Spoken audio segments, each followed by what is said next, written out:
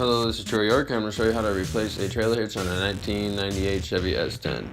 Tools you're going to need are a pipe wrench, half-inch breaker bar, a 7/8 deep well socket, the new trailer hitch, which is ours, is 2-inch, and then a utility razor knife. Next thing you're going to do is put the pipe wrench onto the ball of the trailer hitch, and then we're going to use that so when you're twisting the breaker bar, it holds the ball in place so you can loosen the nut.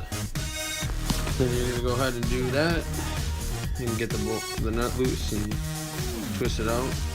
Now that we got that all loose, we're going to go in here and give it a couple more twists and it should be ready to go.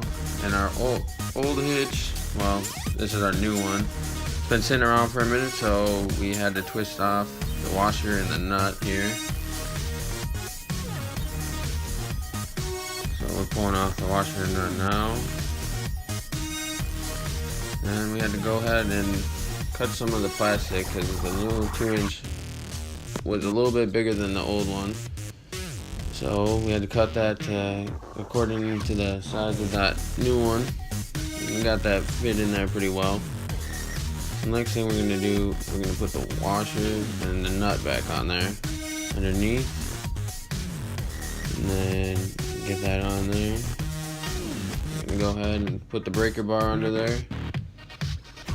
This one we did not need the pipe wrench, but I mean you could use it if you want. And then you just twist that, give it a couple twists. And then you should be good there.